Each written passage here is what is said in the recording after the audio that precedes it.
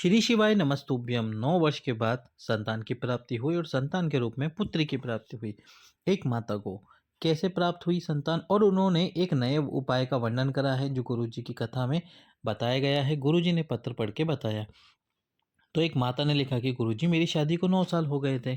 9 साल के बाद भी मुझे संतान प्राप्त नहीं हुई। बहुत जगह प्रयास किया, हर जगह जाकर आ गई। इसके बाद में मुझे संतान प्राप्त नहीं हुई। फिर किसी ने मुझे आपकी कथा के बारे में बताया।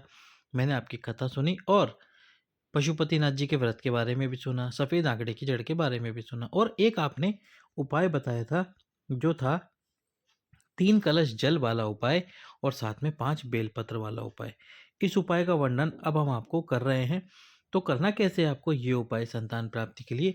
किसी भी दिन आप शिव मंदिर में जाएं और जाकर इस उपाय को कर कर आएं। 2 महादेव का आपको इसमें नाम लेना है, तुम्रुकेश्वर और कुंदकेश्वर महादेव।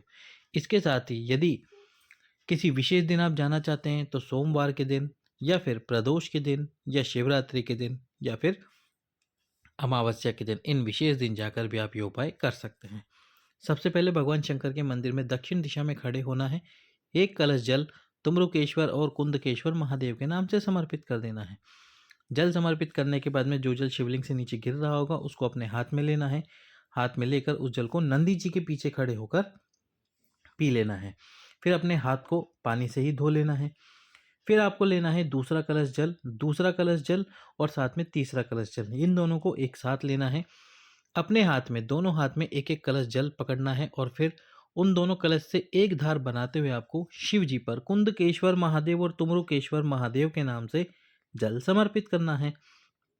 पूरा जल समर्पित कर दीजिए दोनों कलश से, और जल समर्पित करने के बाद में 5 बेलपत्र लेना है, और ये 5 बेलपत्र आपको 5 विशेष स्थान पर समर्पित करने हैं। सबसे पहला स्थान गणेश जी का स्थान, जहाँ पर तुम्रुकेश्वर कुंदकेश्वर महादेव का नाम लेना है।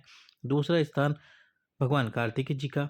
तीसरा स्थान माता अशोक सुंदरी का, तुम्रुकेश्वर कुंदकेश्वर महादेव। चौथा स्थान माँ आद्य शक्ति, माँ जगतजननी, माँ पार्वती का हस्तकमल। और 5वां बेलपत्र जो आप समर्पित करोगे, सभी बेलपत्र की डंडी आपको इस तरफ रखनी है, और 5वां बेलपत्र जो आप समर्पित करोगे माँ पार्वती के हस्तकमल पे, चौथा बेलपत्र समर्पित करने के बाद वो शिव जी पे भगवान शंकर की 5 बेटियों का नाम लेते हुए, जया, विशरा, शामली वाली, दौतली और देव, इन 5 का नाम लेकर आपको वो 5वां बेलपत्र समर्पित करना है। प्रदोष काल में यदि आप ये उपाय करके आओगे तो आपको अधिक लाभ देखने को मिलेगा। लाइक, सब्सक्राइब, शेयर करें। हर हर महादेव।